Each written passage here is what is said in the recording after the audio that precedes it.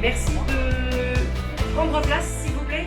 Le capteur flux de sève, c'est un capteur qui va mesurer le flux de sève dans le bois, en fait, au niveau du cordon de la vigne. Le millésime 2019 est bien très différent des deux précédents, très intéressant.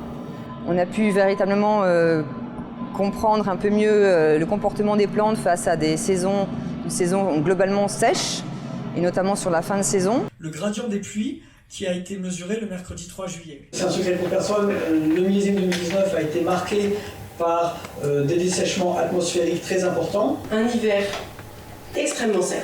De janvier à mars, globalement, on n'a pas eu de pluie. On a échappé quand même, heureusement en Provence, à la différence d'autres régions, aux accidents de gel au printemps.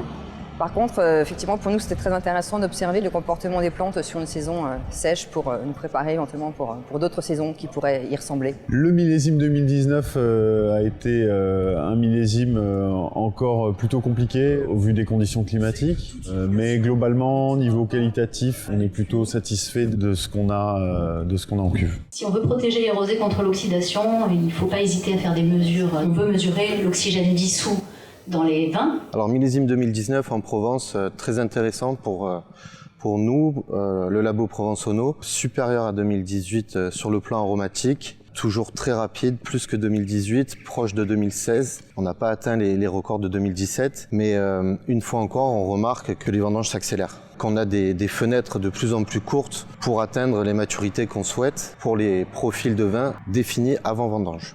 Et ça devient très compliqué pour nos vignerons qui n'ont pas forcément des moyens humains et ou matériels nécessaires pour rentrer le raisin en temps et en heure dans leur cave. Donc on voit un réel changement, même si le millésime est intéressant, il pourrait être encore meilleur si on était encore mieux équipé.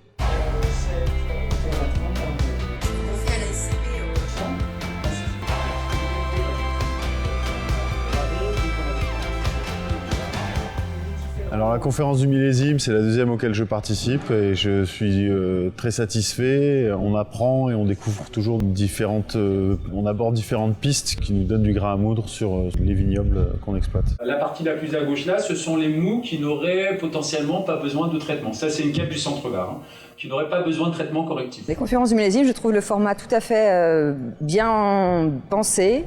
Ça donne véritablement une vision plus pragmatique, à la fois scientifique et théorique de l'approche du cycle de la vigne, avec des chiffres, des choses qui permettent de comparer les années les unes avec les autres. Et je pense que c'est une bonne base de travail. Oui, c'est intéressant. Voilà, je vous remercie de votre attention. Je peux répondre à vos questions. Conférence du millésime, donc pour moi c'est la première fois que j'y ai assisté. Très intéressant, beaucoup d'intervenants, aussi bien en viticulture que sur la partie vin. Partie vigne très détaillée, j'ai appris beaucoup de choses. Donc c'est très très intéressant et très enrichissant pour moi et j'imagine pour tout le monde aussi.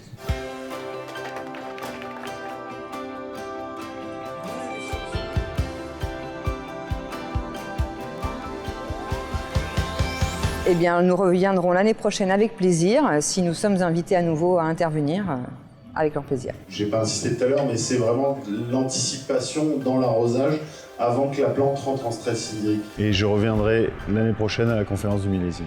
Donc en fait, on va essayer de baliser les différentes étapes de la maturité en fonction de ces stages phénologiques et physiologiques. Je reviendrai sûrement l'année prochaine, vu la qualité des intervenants proposés et des détails apportés à chaque PowerPoint qu'on a vu aujourd'hui, sans problème.